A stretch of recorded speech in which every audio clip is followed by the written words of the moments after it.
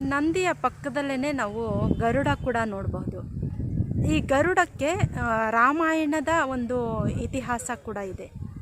ಅದು ಏನು ಅಂದರೆ, ಈ ಒಂದು ಗರುಡ ರಾಮಾಯಣದಲ್ಲಿ ಸೀತೆಯನ್ನು ರಾವಣ ಹೊತ್ಕೊಂಡು ಹೋಗ್ತಾನೆ. ಆ ಸಂದರ್ಭದಲ್ಲಿ ಈ ಗರುಡ ಅದನ್ನು ತಡೆಯೋದಕ್ಕೆ ಪ್ರಯತ್ನ ಮಾಡುತ್ತೆ. ಆವಾಗ ಏನಾಗುತ್ತೆ, ರಾವಣ ಏನು ಮಾಡ್ತಾನೆ, ಈ ಒಂದು ಗರುಡನ ಎರಡೂ ರೆಕ್ಕೆಯನ್ನು ಕೂಡ ತನ್ನ ಕತ್ತಿಯಿಂದ ಕಟ್ ಮಾಡಿಬಿಡ್ತಾನೆ. ಆ ಸಂದರ್ಭದಲ್ಲೇ ಗರುಡ ಈ ಒಂದು ಸ್ಥಳದಲ್ಲಿ ಬಿತ್ತಂತೆ. ಗರುಡ ಬಿದ್ದಂತಹ ಸ್ಥಳ ಇದು ಅಂತ ಇತಿಹಾಸ ಹೇಳುತ್ತೆ. ಬನ್ನಿ ಹತ್ರ ಹೋಗಿ ನೋಡೋಣ. ಇದೇ ನೋಡಿ ಜಟಾಯು ಬಿದ್ದಂತಹ ಸ್ಥಳ. ಇದನ್ನು ಈಗ ಜಟಾಯು ಥೀಮ್ ಪಾರ್ಕ್ ಅಂತ ಮಾಡಿದ್ದಾರೆ. ಇದೇ ನೋಡಿ welcome to Jatayu theme park ಅಂತ ಇದೆ. ಇಲ್ಲಿ ಏನೇನೆಲ್ಲ ರೂಲ್ಸ್ ಆ್ಯಂಡ್ ರೆಗ್ಯುಲೇಷನ್ಸ್ ನಾವು ಫಾಲೋ ಮಾಡಬೇಕು ಅದನ್ನು ಕೊಟ್ಟಿದ್ದಾರೆ. ಹಾಗೆಯೇ ನಾವು ಇಲ್ಲಿ ಗರುಡನ ದೃಶ್ಯವನ್ನು ನೋಡ್ಬೋದು, ರಾವಣನ ಪಾದವನ್ನು ನೋಡ್ಬೋದು. ಅದಕ್ಕೆ ಸಂಬಂಧಪಟ್ಟಂಥ ಥೀಮ್ ಪಾರ್ಕ್ ಇದು. ಬನ್ನಿ ಒಳಗಡೆ ಹೋಗೋಣ, ನೋಡೋಣ.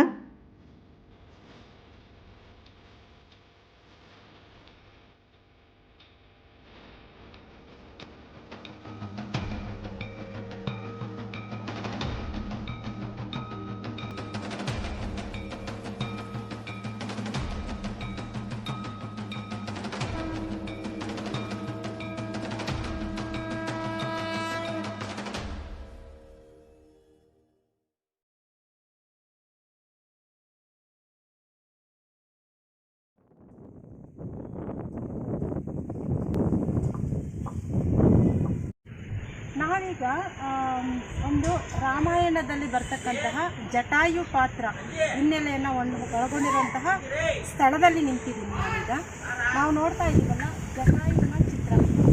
ರಾಮಾಯಣದಲ್ಲಿ ರಾವಣ ಸೀತೆಯನ್ನು ಹೊತ್ಕೊಂಡು ಹೋದಾಗ ರಾಮ ಸೀತೆಯನ್ನು ಹುಡುಕ್ತಾ ಈ ಒಂದು ಸ್ಥಳಕ್ಕೆ ಬರ್ತಾನಂತೆ. ಇದೇ ಸ್ಥಳನೇ ಅಂತ ಇತಿಹಾಸ ಹೇಳುತ್ತೆ ಸ್ಕಂದ ಪುರಾಣದಲ್ಲಿ. ಜಟಾಯುವಿನ ಚಿತ್ರವನ್ನು ಕೂಡ ನಾವಿಲ್ಲಿ ನೋಡ್ಬೋದು.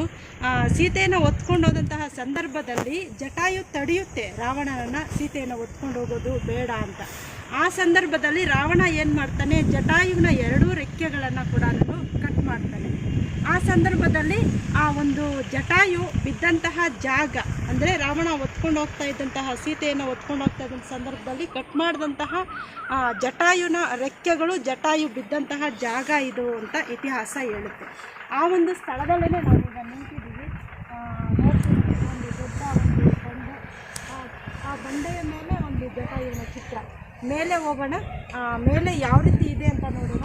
ನನಗೂ ಕೂಡ ಕುತೂಹಲ ಇದೆ, ಯಾಕೆಂದರೆ ನಾನು ಕೂಡ ಇದು ಮೊದಲ ಸಲ. ಜಟಾಯು ಒಂದು ಬಂಡೆ ಇರ್ತಕ್ಕಂತಹ ಒಂದು ಜಾಗ. ಈ ಮೆಟ್ಲ ಮೇಲೆ ನಾವು ಹತ್ಕೊಂಡು ಹೋದರೆ ಒಂದು ಕಲ್ಲಿದೆ, ದೊಡ್ಡ ಕಲ್ಲು, ಒಂದು ಸಣ್ಣ ಬೆಟ್ಟ ಥರ ಇದೆ. ಇದು ಮೇಲೆ ಹೋಗೋಣ, ಬೆಟ್ಟದ ಮೇಲೆ ಏನಿದೆ ಅಂತ ನೋಡೋಣ. ಇಲ್ಲಿಂದ ವ್ಯೂ ಕೂಡ ಅಷ್ಟೇ ಚೆನ್ನಾಗಿದೆ. ಇದು ನೋಡಿ, ಆ ಕಲ್ಲುಗಳ ಮಧ್ಯೆ ಒಂದು ಸ್ಟೆಪ್ಸನ್ನು ಮಾಡಿದ್ದಾರೆ, ಮೆಟ್ಲನ್ನು ಮಾಡಿದ್ದಾರೆ ಮೇಲೆ ಹತ್ಕೊಂಡು ಹೋಗೋದಕ್ಕೆ. ನಾನು ಮೊದಲೇ ಹೇಳಿದ ಹಾಗೆ ಇದು ಜಟಾಯು ಥೀಮ್ ಪಾರ್ಕ್. ಪಾರ್ಕಲ್ಲಿ ಏನೇನೆಲ್ಲ ಇರುತ್ತೋ ಅದನ್ನೆಲ್ಲ ಕೂಡ ಇಲ್ಲಿ ಮಾಡಿದ್ದಾರೆ. ಅದ್ಭುತವಾಗಿದೆ. ಬೆಟ್ಟದ ಮೇಲಿನ ದೃಶ್ಯ, ದೊಡ್ಡ ಬೆಟ್ಟ ಅಲ್ಲ, ಸಣ್ಣದೇನೆ, ಆದರೆ ಸುತ್ತಲೂ ಮಾತ್ರ ಒಂದು ವ್ಯೂ ಇದೆ ಅಲ್ಲ, ಅದು ತುಂಬಾ ಅದ್ಭುತವಾಗಿದೆ. ನೋಡಿ, ನೋಡ್ತಿದ್ದೀವಲ್ಲ ಜಟಾಯು ಥೀಮ್ ಪಾರ್ಕ್ನ ಸ್ವಲ್ಪ ಬೆಟ್ಟದ ಮೇಲೆ ಬಂದರೆ ಈ ಥರ ವ್ಯೂ ನಮಗೆ ಕಾಣುತ್ತೆ. ತುಂಬಾ ಅದ್ಭುತವಾಗಿದೆ.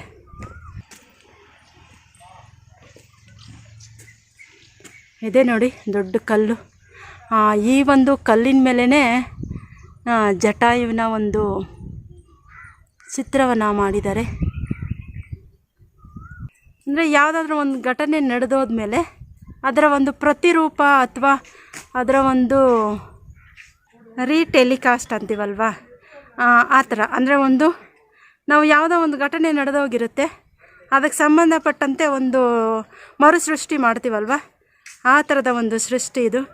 ಬೆಟ್ಟದ ಮೇಲಿಂದ ಅಂತೂ ನೋಡೋಕ್ಕೆ ಎರಡು ಕಣ್ಣು ಸಾಲದು, ಅಷ್ಟು ಅದ್ಭುತವಾಗಿ ಇದೆ. ನಿಸರ್ಗ ಇರ್ಬೋದು, ಆ ಒಂದು ಮೋಡಗಳಿರ್ಬೋದು, ಆ ಬೆಟ್ಟಗಳ ಸಾಲಿರ್ಬೋದು. ವಾವ್, ಬನ್ನಿ ಮೆಟ್ಲ ಮೇಲೆ ಹತ್ಕೊಂಡು ಹೋಗ್ತಿದ್ದೀನಿ, ಟಯರ್ಡ್ ಆಗಿದೆ. ಇದೆ ನೋಡಿ ಆ ಒಂದು ದೊಡ್ಡ ಕಲ್ಲಿನ ಮೇಲೆ ಚಿತ್ರ.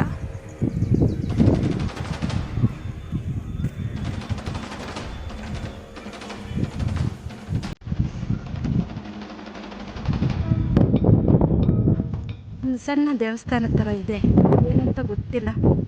ನೋಡೋಣ ಒಳಗಡೆ ಹೋಗಿ. ನೋಡಿದ್ವಲ್ಲ, ಬೆಟ್ಟದ ಮೇಲಿಂದ ಅಂತೂ ಕೆಳಗಿನ ಚಿತ್ರ ತುಂಬ ಚೆನ್ನಾಗಿ ಕಾಣುತ್ತೆ.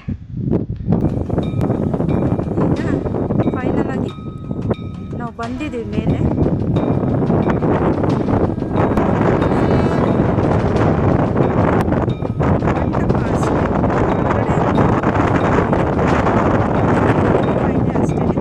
ಅದ್ರ ಪಕ್ಕ ಮತ್ತೊಂದು ಉಂಡನೆ ಕಲ್ಲು ಕೂಡ ಇದೆ. ಇದು ನೋಡಿ ಬೆಟ್ಟದ ಮೇಲೆ ನಾವು ದೃಶ್ಯ.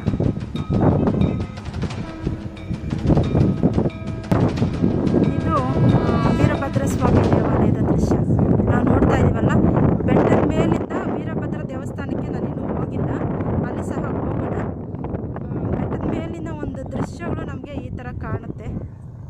ಲೇಪಾಕ್ಷಿಯ ಜಟಾಯುವಿನ ಒಂದು ಜಾಗದಲ್ಲಿ ನಮಗೆ ದೃಶ್ಯಗಳು ಈ ರೀತಿ ಇದೆ.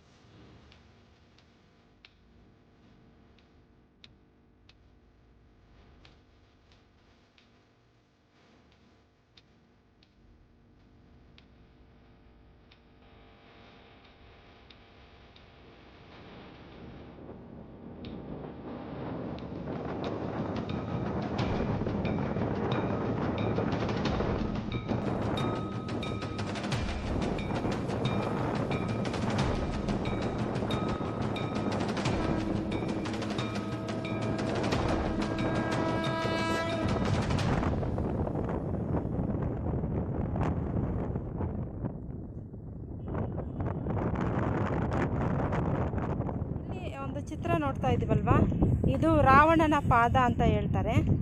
ಅಂದರೆ ಜಟಾಯುವಿನ ಒಂದು ರೆಕ್ಕೆಗಳನ್ನು ಕಟ್ ಮಾಡೋವಾಗ ರಾವಣ ಇಲ್ಲಿಟ್ಟಂತಹ ಪಾದ ಅಂತ ಹೇಳ್ತಾರೆ. ಇದು ನೋಡ್ತಿದ್ದೀವಲ್ವ, ಪಾದದ ಗುರುತನ್ನು ನೋಡ್ತಾ ಇದ್ದೀವಿ.